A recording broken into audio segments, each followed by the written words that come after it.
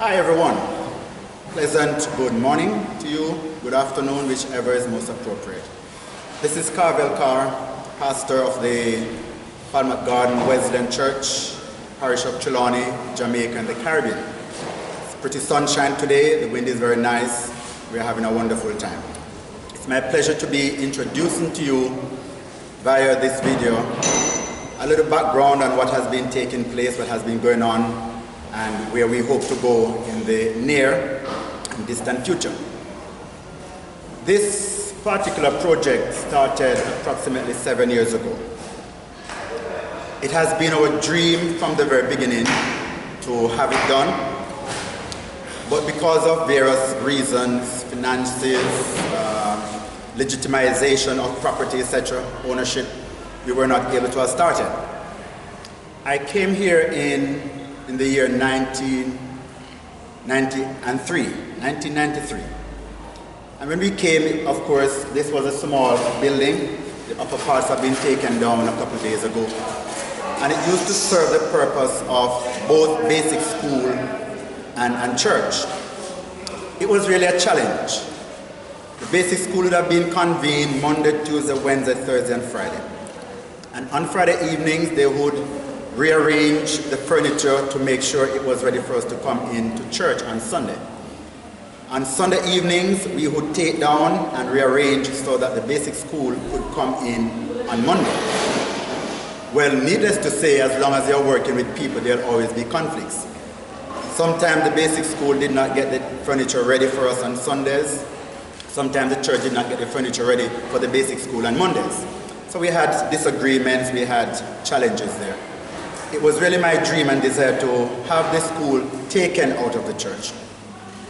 Having spoken with our then district superintendent, Reverend Bernard Scarlett, who still is, he helped to source assistance for us, and we were able to have gotten the school relocated out of the church. And of course, I say it was a joy.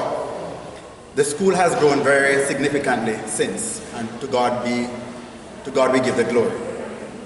So now we started to have church inside here permanently. But as the years go by and the souls of men increase in the kingdom of God, the space became smaller and the need for a bigger building arose even the more. I was relocated to the Cornwall Wesleyan Church in the year 2003. And after spending 5 years in Cornwall, the call came for me to come back to Falmouth. And of course, I accepted the invitation to come and serve. Immediately as I returned, the need again faced me squarely. A new building, a bigger building. And I approached Reverend Scarlett and said, "Sir, we need a big building, we need a bigger building. How can we go about getting help?" At that time, Jamaica Sunshine Ministry was working at Norwood. And I suppose Reverend Scarlett was enthused, excited that we were quite ready and determined to do that. So he lays on with them, and the Reverend Hugh Pope came on board, and as a result, we decided we can go ahead. The process was quite tedious indeed. When I touched base with the relevant authorities in Falmouth, governmental body, they told us we could not go ahead to build except we could provide evidence of ownership of the property, which of course we had not yet owned the property officially. So it cost us a couple of trips in and out of Kingston, capital of Jamaica, to negotiate and to collaborate with the relevant bodies. And of course, it took a while, but God would have provided a man in the parish council at Falmouth, a minister who was in charge, and he understood the need, and he helped us to get the groundwork going even before things were quite completed, such as the erecting of the perimeter fence. Subsequently, the papers were granted, and he said, "Rev, you can start building with what you have now." And of course, it took us about 2 to 3 years before we became legitimate owners of the property. The building started in the year 2010. And of course, quite a number of missionaries came down with you, Pope, and it was very exciting. It was just wonderful having these guys coming down and helping to do the foundation. I can't forget having a few ladies in the foundation there. Maybe some of you are in this very congregation here listening to me. And of course, we started, we went on pretty well. And you know, as I do know, that the availability of funds was a concern. We could only move on as the funds were available. When the sources dried up, we desist, we continue raising here and there, and we move on gradually, until we came to a very important juncture in our experience, that of the taking down of the mother building.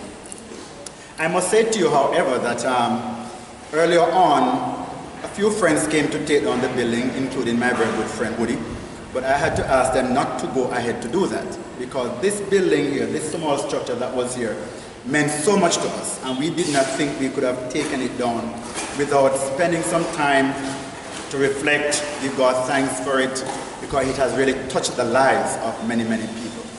So this taking down of the building was delayed for approximately a year and a half. But today we are very thankful to God that we are now standing only on the paved floor that we worship on. The walls are down, the roof is down, and of course we are having a very beautiful vision of what this building is going to be like when it is completed. This small building in itself holds approximately 40 people comfortably, 50 and more squeezing. And as a result of that, you know, very often we have functions and you invite other guys to come in and to share. But because they know we didn't have the space, they oftentimes would have said, Rev, we would love to come and support you, but we know that your building is small, and if we were to come in great numbers, it should have been inconvenient for many people. So now that we have taken it down, we really look forward to having great time in the presence of God. As a matter of fact, I need to let you know that when we had the last service in this building, which was last week Sunday, I don't know, but for some reason the people of the community just decided to turn out for worship. And of course Donna and Glenn were here, and they saw for themselves that we were squeezed. The place was warm, but wasn't it a great service? It was just awesome. The last service in the mother building, it was very touching, very, very emotional. Praise the Lord for that. So today, we are now standing on just the concrete here, the tile floor of the old building. And come Sunday morning, we are anticipating, I am very enthused, looking forward to staying up there and sharing with the congregation in this vast auditorium, so to speak. To God be the glory, great things He has indeed done. Right after Sunday coming, the next major event that is coming up is Family Sunday. You might not know, but I presently pastor two churches. At Falmouth, we begin at 8 in the morning and we close by 10:30 a.m. And right after that, I have to travel down to Spot Valley, Cornwall, for another divine worship that begins at 10:30. Normally I reach there by 11 o'clock, 11:15. The two churches are combining for Family Sunday. We have been doing that over and over again. But we have extended an invitation to Cornwall to come down here and to share with us in this new spacious building, so we can get a feel of what it's going to be like to have it largely peopled. The community, of course, will come out in their numbers. Cornwall is expecting to present about 40 people, and our average congregational size of about 40, 35. So we're expecting to have about 150 people on that part of the day. So it's going to be a great time when we come together to share here. I need to use the occasion to say to you, fellow Wesleyans and friends of the United States of America, how appreciative we are of your generous, sacrificial support. Words are not enough to express our gratitude to Hugh Pope. I think Hugh Pope was an awesome gentleman. I only regret that Hugh is not around today, even to see the demolishing of the mother building.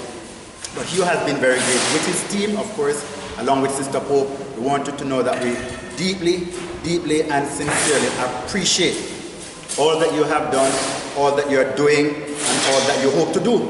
And I must be very grateful to say, in the event that you cannot do any more to help us here, we have no reason to be disappointed. We have all reasons to give God thanks and praise for your investment. And we want you to know that whatever investment that you have made in this project will not go in vain. For you have invested not only in the project, but in the lives of people. And didn't the good Lord Jesus say, whatever we have done unto any of these, the least of his people, we have done it as unto him? Thank you. We want to thank everyone. We want to thank Pastor Tim and his church who came down here and have had first-hand experience. They were the first group to have to paint on the building. We thank you, Pastor Tim, and your group.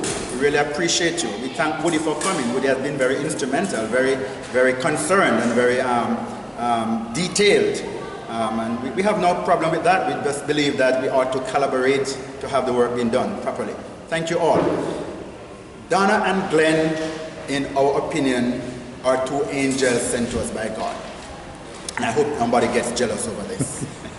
But we just believe that Donna and Glenn came at a time, at a critical time, and they have been very instrumental, very supportive, very mobilizing, and the list of work goes on. They have been very, very good to this project, and they have been a source of strength even to me. But to be honest, there are times when you get a bit of discouragement, a time when you wonder if it can be finished, but I think these guys came just at the right time. We just want to say a hearty thank you to you all, and of course I know you have been informed that we would have been coming up to share with you in this convention.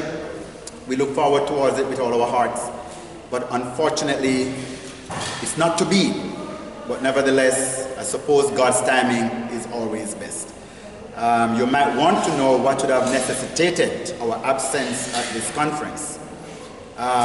It's nothing more than that we have applied to the embassy for date of interview for the acquisition of the visas, but the date they have given to us has been quite delayed at the ending of June, and we don't believe that that would be very facilitating to an early traveling up to catch your conference. So hence, we have decided to take this approach just to keep you abreast, keep you up to date, to say thanks and so forth. But in the due process of time, it is our desire that one day we will all interact in a physical way and have a more one-on-one interaction, congregational pulpit interaction, so we can share, so we can highlight, so you can ask questions, so we can answer questions, and so that you can have a wider understanding of this project and where we hope to go. So we thank you for the opportunity. And sorry again that we are not with you in the conference. We really look towards that with all our hearts. But as time goes on, we'll see what God has in store for us. May I say, to God be the glory, great things he has done. Thank you all. Peace of the Lord be with you.